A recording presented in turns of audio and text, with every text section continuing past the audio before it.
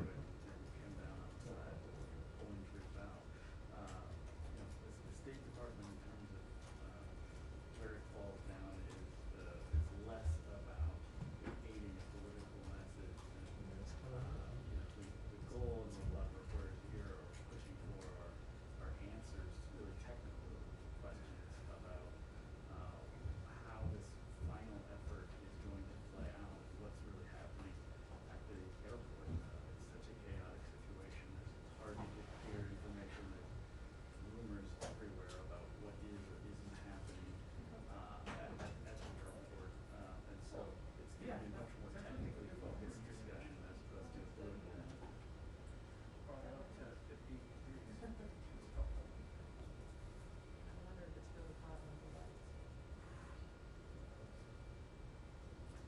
Well, I mean, in terms of the State Department press, this is a very policy-oriented group of reporters from a lot of the bigger outlets in the United States and some other countries. I think there's a general desire to get answers to a lot of these different questions. It's about keeping now.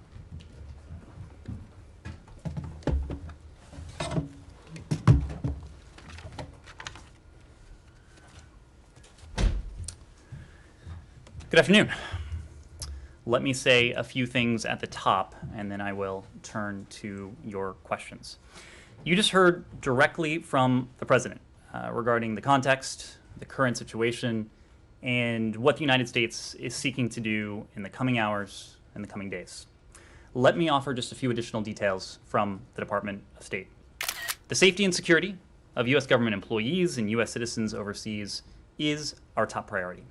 All remaining U.S. direct hire embassy personnel, including the ambassador, have relocated to Hamid Karzai International Airport, where they are secure. The Department of Defense is working to restore a safe and secure environment so that military and commercial flights can resume. Now, of course, the situation is evolving quickly, and we will communicate information to U.S. citizens as rapidly as possible. In the meantime, we are asking U.S. citizens to shelter and not to travel to the airport until they hear otherwise from the Department of State. We also continue to pursue all options to relocate interested and qualified Afghan SIV applicants and their immediate families, as well as other vulnerable Afghans. We remain closely coordinated with our international partners on the ground and around the globe. We've been engaging tirelessly with our partners in the international community. You may have seen last night, the United States organized a joint statement with 98 signatories calling on all parties to respect and facilitate the safe and orderly departure of foreign nationals and Afghans who wish to leave the country. Today, Secretary Blinken spoke with Russian Foreign Minister Lavrov, PRC State Counselor and Foreign Minister Wang Yi, Pakistan Foreign Minister Qureshi, UK Foreign Secretary Raab, NATO Secretary General Stoltenberg, Turkish Foreign Minister Çavuşoğlu, and EU High Representative Josep Borrell. Yesterday, he spoke with Australian Foreign Minister Payne, French Foreign Minister Le Drian, German Foreign Minister Maas, and Norwegian Foreign Minister Søreide. Other senior officials have been making calls to their counterparts as well around the clock. Additionally, the UN Security Council issued a joint press statement earlier today calling for a new government that is united, inclusive, and representative, including with the full and meaningful participation of women. The Council spoke with one voice to underscore that Afghanistan must abide by its international obligations, including to international humanitarian law, and ensure the safety and security of all Afghans and international citizens. The situation will continue to remain fluid in the coming hours and likely in the coming days. Nevertheless, we are operating on multiple fronts and around the clock to protect our people, those who have worked side by side with the United States over the years, and other vulnerable Afghans. Now, before I take your questions, I do want to speak to one additional issue that is of great importance to us, and that is the U.S. response to the earthquake in Haiti. The United States is closely monitoring the situation following a magnitude 7.2 earthquake that struck the southwestern part of the country on August 14th. We offer our deepest condolences to all who suffered the loss of loved ones or saw their homes or businesses destroyed. We are in close contact with Haitian authorities to respond to the earthquake, in any requests for assistance. On Saturday, USAID deployed a Disaster Assistance Response Team, or a DART, to lead the U.S. government's humanitarian response efforts. And yesterday, at the request of the government of Haiti, USAID deployed members of Fairfax County Fire Department's Urban Search and Rescue, USAR, a team to join the DART. So far, the DART conducted an aerial assessment and is continuing to assess the damage. They will also identify priority needs and coordinate with the government of Haiti and humanitarian partners. U.S. Coast Guard air crews are transporting medical personnel and supplies from Port-au-Prince to Jérémie and Le Cay, and are evacuating injured citizens to higher level of care facilities in Port-au-Prince. At the request of USAID, Southcom is sending 2 UH-60 and 2 CH-47 helicopters from Joint Task Force Bravo to provide critical airlift support to ongoing relief efforts. We are also closely tracking Tropical Storm Grace, which is expected to reach Haiti today, potentially exposing people to further devastation. The United States remains a close and enduring friend to the people of Haiti, and we will continue to provide assistance in the aftermath of this tragedy. We are committed to helping the Haitian people build a better future. With that, I'm happy to take your questions. Thanks, Ned. Can I ask 2 real quick logistical ones, and I hope really hope they'll be real quick. One, other than the threat, I guess you could call it, to respond militarily if the Taliban interfere or get in the way of any of the evacuation efforts, is there any kind of agreement that's been reached, or any kind of an arrangement that has been reached with them about the presence of the U.S. military at the airport, or are they just basically there at kind of the pleasure of the Taliban, as it were, until they decide that they've had enough and they start, I don't know if they will or not, but whether they start to resist the fact that the airport is not under their control? Well, let me take the opportunity to offer a bit of context on our diplomatic efforts over the past 72 or so hours. Ambassador Khalilzad and his team remained in Doha. They still remain in Doha, following consultations that we talked about last week with a number of countries from the region, the UN, and countries much farther afield. They continued, and they still continue, to engage with the Taliban. They continued to engage with the Islamic Republic, that is to say the government of Afghanistan representatives. When it became clear that the government of Afghanistan was on the verge of collapse, that President Ghani had fled, and that the Taliban were encroaching on Kabul, the focus, of course, changed.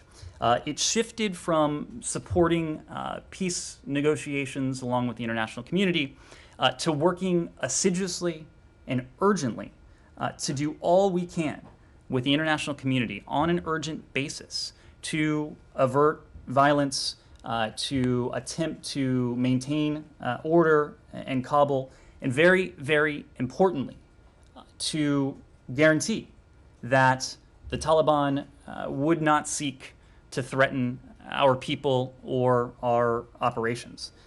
It was a very fluid situation. The situation changed markedly when President Ghani left the country and as the Taliban continued to encroach on Kabul. We do continue to engage with Taliban representatives in Doha from the State Department team.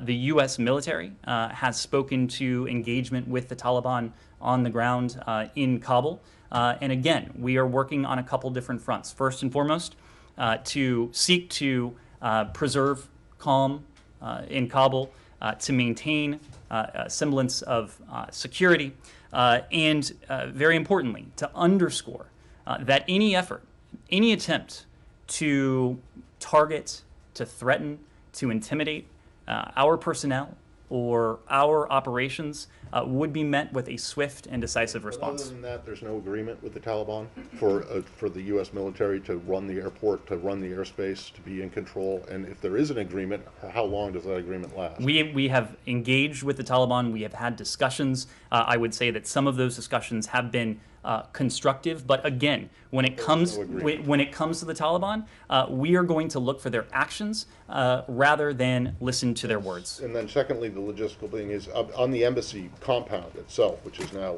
abandoned.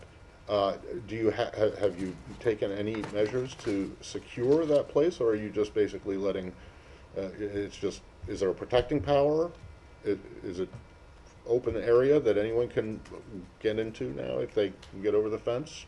Well, are you prepared to leave it, just sit there?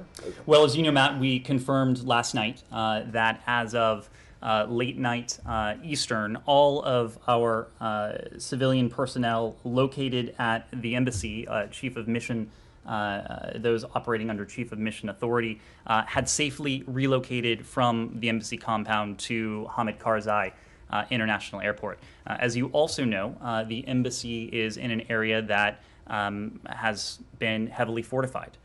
So we do not have an American presence on the ground.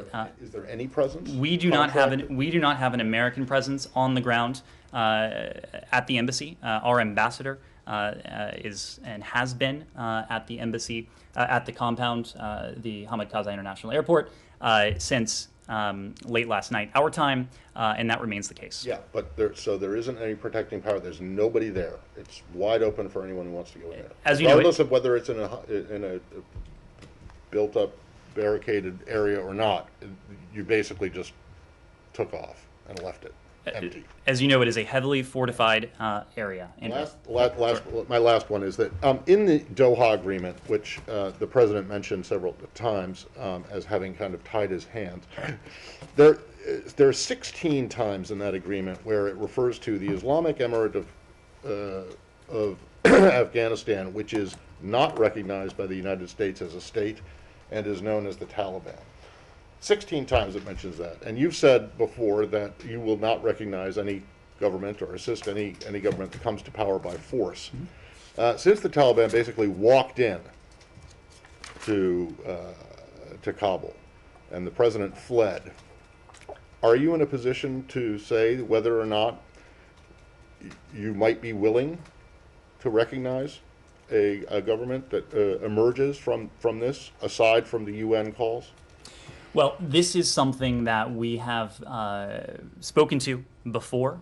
We have spoken to it before events of recent hours and recent days. Secretary Blinken spoke to this yesterday morning.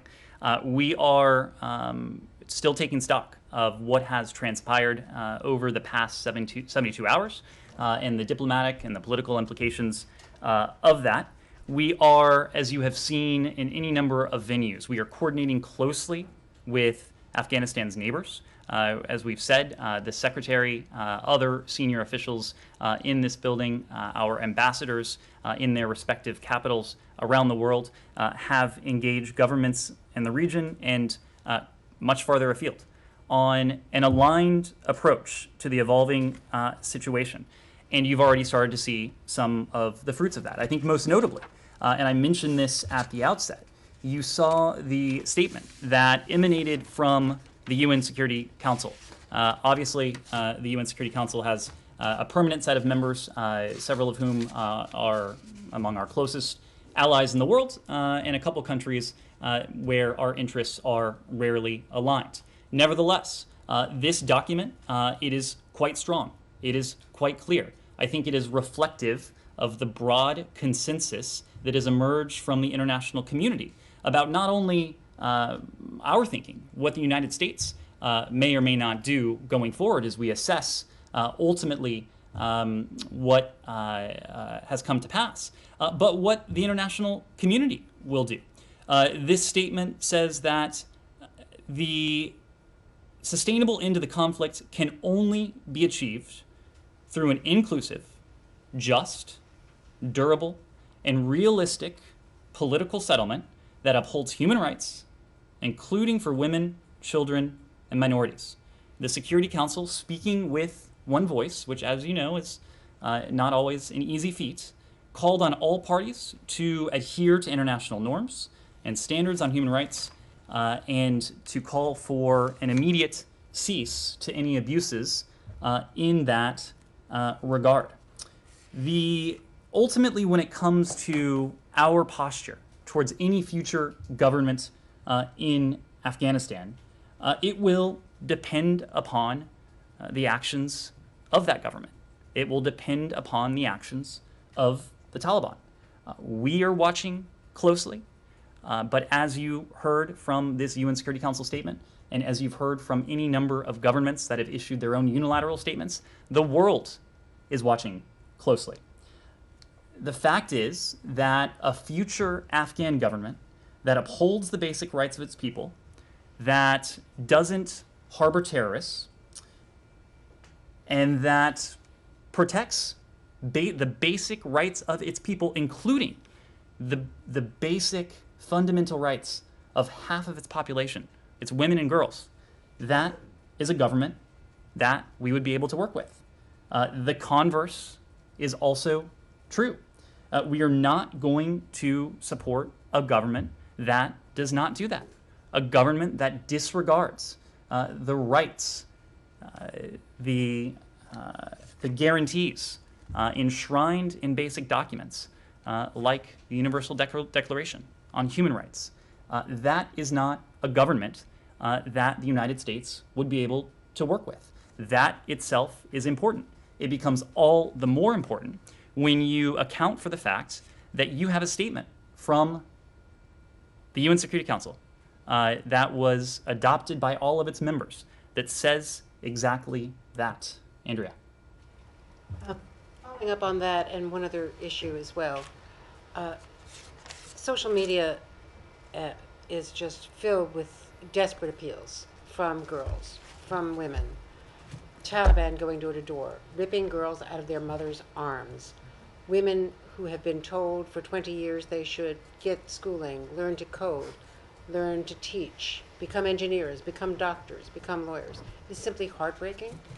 And the question remains, there are Democrats as well as Republicans on the Hill, including veterans of the Afghan War and Iraq wars, saying that there should have been arrangements made months ago, that before the withdrawal was signaled by the date in April, that for months we should have been moving people out. We should have been moving on the evacuation, not only of the special visas, but of other people as well, and that this chaotic vision of people, thousands of people at the airport, climbing onto C-17s as they are rolling down the tarmac, was completely avoidable, given the withdrawal. Secondly, let me ask you about a question regarding the president's speech. He said that we can accomplish the mission we accomplished 10 years ago of not only getting, bin Laden, but preventing Afghanistan from becoming a haven for terrorists against the homeland, the original mission of 20 years ago, that we can accomplish this from over the horizon. Intelligence experts, including former Obama DCI, say that's just not true. That once the withdrawal was completed and Bagram dismantled and turned over and now taken over by the Taliban, we don't have eyes on the ground. That we cannot fight terror from over the horizon in a place like Afghanistan, as we perhaps do in other countries. If you could address both of those. Let me take those questions in turn. Let me start with your first question. The images that we've all seen emanating from the international airport in Kabul, HKIA, they are searing, they are painful, they are difficult to see, they are difficult to watch. And I say that on a couple different levels. One, the most basic level, we are all human. We share a common humanity with these Afghans whose desperation, whose fear, whose concern is they wear it on their faces. And so on that level, it is deeply moving to all of us. There's another level, though, that I think is especially relevant to this building. I'm a relative newcomer here. I have spent 7 months here. There are people in this building, hundreds if not more, who have dedicated years and years of their lives to affecting a better life for the people of Afghanistan, including the women and girls. We have foreign service officers who have served multiple tours in Kabul in the 2 decades that the United States has been there. We have many more who have served in functions back here to support that mission. There are, and this I can speak personally to, there is a generation of public servants in this country who entered public service in the weeks, months, couple years after the 9/11 attacks. In my case, I was a freshman in college, and I knew on that day, as I climbed to the roof of a dorm here in Washington and watched the smoke rise from the Pentagon, that I wanted to pursue public service.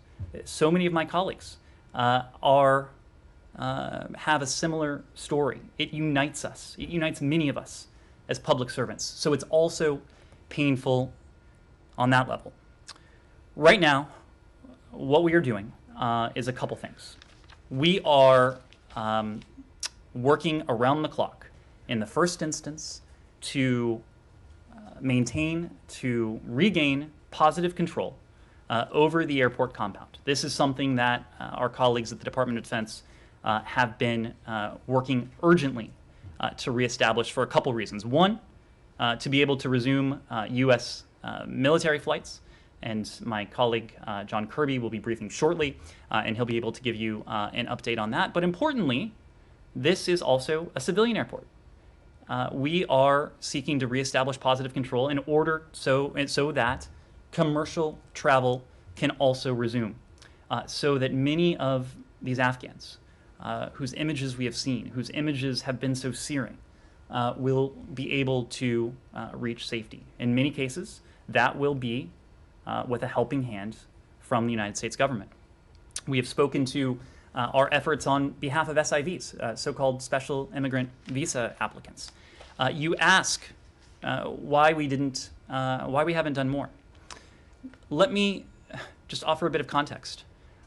Through the course of this program, the United States has resettled, brought to their new lives, more than 75,000 Afghans who have, in various ways, assisted the United States government over the years.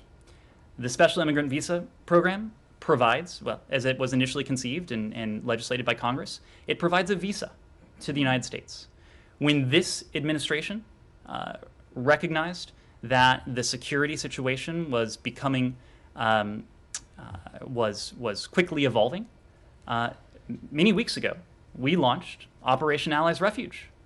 This was something that was never envisioned in any SIV program, including the one we had in Afghanistan or the one we had in Iraq. That is to say, a gargantuan U.S. effort not only to process, adjudicate, and to grant visas to these so-called special immigrants, but to actually bring them to the United States with a massive airlift operation. It's been through that operation that 2,000 Afghans have been able to reach the United States. Most of those Afghans have now been able to start their new lives through resettlement agencies. It was a month or so ago, we recognized that the need could be even greater for Afghans who are vulnerable, who may be at risk.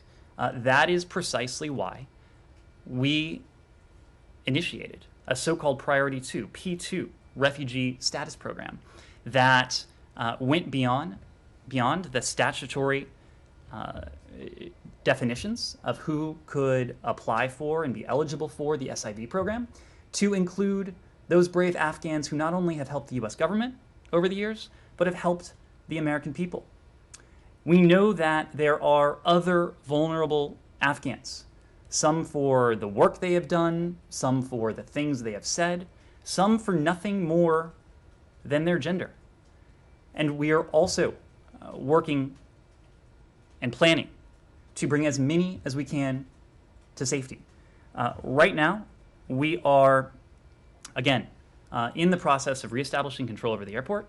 The military has been able to surge resources and will surge additional resources to the theater to allow us to bring on a large scale a number of these Afghans who will be able to start new lives in the United States, or who will be able to reach safety elsewhere in the world. We are committed to that. We have been flexible. We have been ambitious in our effort to do just that. You ask a second question about counterterrorism and what this means for our ability to detect and to thwart terrorist plotting. A couple points on that. Number one, the United States has built up the capacity to detect, disrupt terrorist plotting, terrorist networks in ways that were, in some cases, unimaginable prior to 9/11. That is to say, our tactics are effective, they are proven, and they go well beyond what this government would have been and was able to do prior to 9/11. We also recognize that the center of gravity of the threat we face from terrorist groups, whether it's Al-Qaeda, whether it's an Al-Qaeda affiliate, whether it's ISIS, whether it's an ISIS affiliate, it has shifted over the years.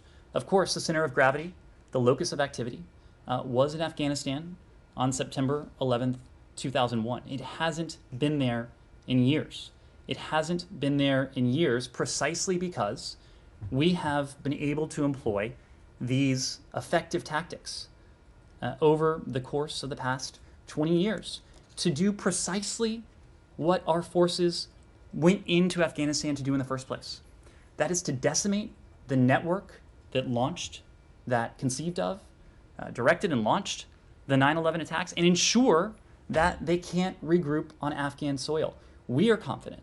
But more importantly, the military and our intelligence community leaders have spoken and even testified to the fact that we will have capabilities in the theater, so-called over-the-horizon capabilities, that will allow us to use the technologies, to use the tactics that we have deployed and improved upon over the past 20 years to detect and to disrupt any terrorist plotting that may seek to reach our shores. We've also been very clear with the Taliban, and I said it just a moment ago, that the willingness of a future government of Afghanistan to allow any terrorist group to operate on its soil and to pose a threat to the United States, it's unacceptable to us, and we will demonstrate that using the fierce power of the U.S. military. Laura.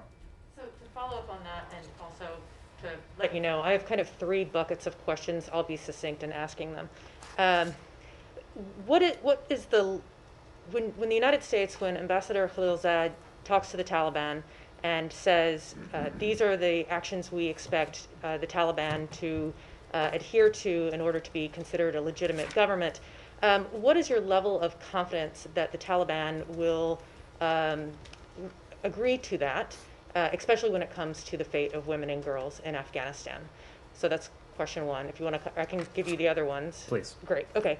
So number two, I'm curious about, you started off by saying that the State Department is urging, the embassy has urged Americans in Kabul to not come to the airport for evacuation, to shelter in place.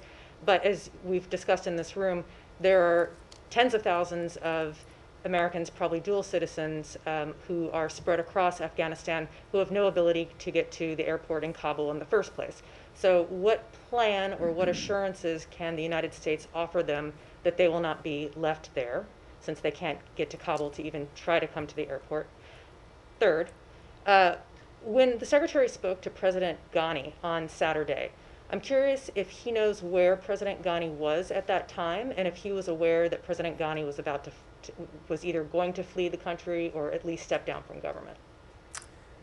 Let me take those in turn. Again, we have made very clear, abundantly clear to the Taliban in Doha, but in some ways just as importantly, publicly, speaking with a single voice with the international community, what the United States, what our closest allies and partners expect, but also what other regional stakeholders, again, including some stakeholders with whom we share very few interests, where our interests are rarely aligned.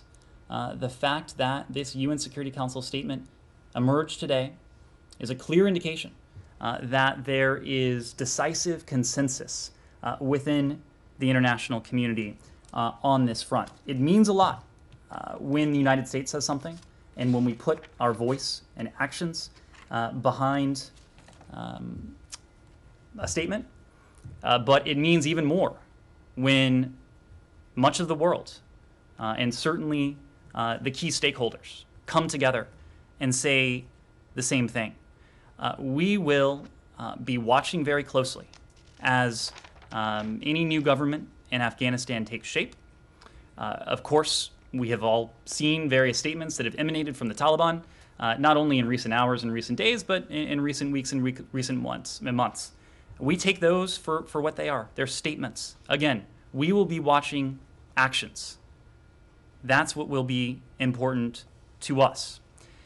Beyond watching, beyond galvanizing the international community, as we did with the statement signed by 98 countries, from Albania to Zambia just last night, we are going to be marshaling the international community because we now know it is incumbent on all of us, including the United States, to use every conceivable lever that we have. Diplomacy, our political leverage, and importantly, economic leverage. And economic leverage can take different forms. It is patently obvious that the government of Afghanistan would not have endured 20 years were it not for the broad and generous support of the international community in the United States. The United States being the largest donor, both on a bilateral basis and to the humanitarian needs of the Afghan people. This is a positive source of leverage. If the Taliban, or any government that is to emerge, seeks to have the level of international assistance that was needed to sustain the Afghan government over the past 20 years, the words on the paper that emanated from New York today, from the Security Council, will have to mean something. That their actions will have to match some of the words that we have seen emanate from the Taliban. There are other forms of economic leverage, and those are, if you talk about carrots, you can also talk about sticks. And the United States, the UN, the international community, has the ability to impose fairly dramatic costs on any regime that were to take shape that does not recognize the basic and fundamental rights of the people of Afghanistan. Importantly, the basic and fundamental rights of half of the Afghan population, the women and girls. The United States, as I said before, has done more than any country in the world over the last 20 years to support Afghanistan's women and girls. We are, you can believe, you can bet that we will do all we can. And I would muster to say, probably lead the charge, certainly lead the charge in working with the international community to make sure and to see to it that we are doing everything we can, speaking with one voice and acting according to one script to preserve those gains, because they are that important to us. When it comes to Americans who, and others, I should say, who seek to leave the country, we have been in regular contact with American citizens in Kabul. The embassy is providing both public messages, is communicating via email with Americans who have indicated and expressed an interest in leaving the country. We will continue to provide clear messaging about what they should do and when they should do it. Again, people should shelter in place and not attempt to come to the airport until they are explicitly told otherwise by an appropriate authority, including the U.S. Embassy. The question was about American citizens who are not in Kabul and can't get there in the first place. And then also if you could talk to the Ghani question. We are going to continue to do all we can to bring as many eligible individuals as we can to safety. When we talk about our priorities, our first priority is always going to be the American people. That is to say, the Americans who are serving and who have served in Afghanistan. That includes private American citizens, some of whom are in Kabul, many of whom are in Kabul, some of whom may not be in Kabul, of course. That also includes our locally engaged staff, that is to say Afghan nationals who were working in our embassy compound and who have expressed an interest in relocating. We have talked about SIVs. We have talked about so-called P1, those applying for P1 refugee status and P2 status, and then other vulnerable Afghans, people who may be exposed to risk because of the work they've done or merely because of their gender. Kylie. The Ghani question? The Secretary did have an opportunity to speak to President Ghani on Saturday and late last week. We read out that call. I don't think we have anything additional to If offer. he was leaving at the time the call happened? Did the Secretary have any heads up that the President was about to flee the country? It was a very fluid situation. The security situation was evolving very quickly. The political situation was evolving very quickly. We'll leave it to President Ghani to characterize what he may have told the Secretary. We will leave it to him to characterize what he told the Secretary. So no? Please. Is he? There has not been a formal transfer of power. There has not been a formal transfer of power. Who does the United States recognize as the leader of Afghanistan then? So this is something that we are working, again, with the international community. You saw in this statement from the UN a clear consensus emerge that a political settlement will be in everyone's interests, that a political settlement will be best positioned to achieve what it is manifestly in our collective interest. And by our, I mean the United States. I mean that of our allies and partners, but also importantly, probably most importantly, the interests of the people of Afghanistan. A political settlement is what we are still pushing for. We are not doing this alone. We are working in close collaboration with the international community. All throughout this process, together with the UN and our international partners, we have been supporting the Afghans in their intra-Afghan dialogue. That intra-Afghan dialogue remains ongoing. The Taliban continues to be represented in Doha. Representatives from the government of Afghanistan continue to be represented in Doha. And just logistical questions about the SIVs. How many SIVs will the U.S. aim to relocate to the United States? And how many of those SIVs will the U.S. relocate before leaving the airport? So we are going to maintain a diplomatic presence in Kabul for as long as it is safe and responsible for us to do so. You've heard from this president, you heard from him today, that his top priority is the safety and the security of the American people. And so we will seek to maintain a presence on the ground right now at the Hamid Karzai International Airport for as long as it is safe to do so. As I said before, DoD is working urgently around the clock to reestablish positive control over the airport so that both U.S. mil aircraft and commercial aircraft can land and take off. The U.S. mil aircraft is important for our SIV relocation efforts. The commercial side of the airport is also incredibly important for the capacity that it would lend for other third-party nationals, for Afghans, and anyone who may not be affiliated with a U.S. government program to be able to leave the country if they should choose to do so. So we are going to maintain a presence on the ground for as long as it is responsible and safe for us to do so. During that time, the Department of Defense, working in tandem with the Department of State, we will be working around the clock to relocate as many eligible individuals as we can. Rosalind. So you don't want to give a specific number at this time? So we're not in a position to give a specific number at this time because it is a fluid situation and it will be dependent on the security situation on the ground. The forcing function here, the guiding principle, will be the safety and security of our people. As long as we deem that our public servants serving at HKIA are safe and secure, we will be engaged in an ambitious and an aggressive and around-the-clock effort to relocate as many individuals as we possibly can. Rosalind. I want to follow on that. how many U.S. citizens and possible dual citizens are in Afghanistan? There's a number floating around, about 10,000 or so. And then following on that, yes, the U.S. State Department is committed to taking care of U.S. citizens. I appreciate that personally. But if things really go sideways, is this government willing to not transport any Afghan citizens, any citizens who perhaps are working for NGOs or for the United Nations, and focus solely on getting Americans out? Should people be getting their hopes up, I guess is what I'm asking.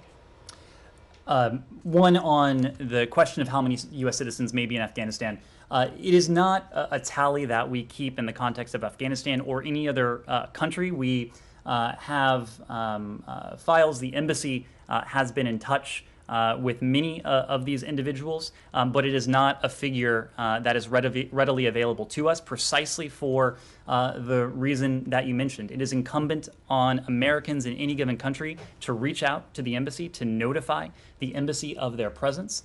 There are many dual nationals who are also part of the equation as well. So we're just not in a position to give a firm figure. When it comes to our relocation efforts, again, we are going to be guided by one criterion, and that is the safety and security of the American people. As long as the U.S. government, calling on all the information at our disposal, deems that it is safe for Americans to remain and to be operating on the airport compound, we are going to be engaged in this ambitious, in this aggressive, in this around-the-clock effort to relocate as many individuals as we possibly can. I'll take a couple final questions. Nick Kristof, the New York Times columnist, said basically every person who ever cooperated with the U.S. in any form or fashion over the last 20 years, the U.S. should just round everyone up, get them out of harm's way, and then figure out the visa situation later. Is that an outside possibility? Well, that's a generalization, obviously, but it is not that dissimilar from what we are engaged in. As I said before, there are several different classes of individuals. We are, on an urgent basis, making preparations to relocate.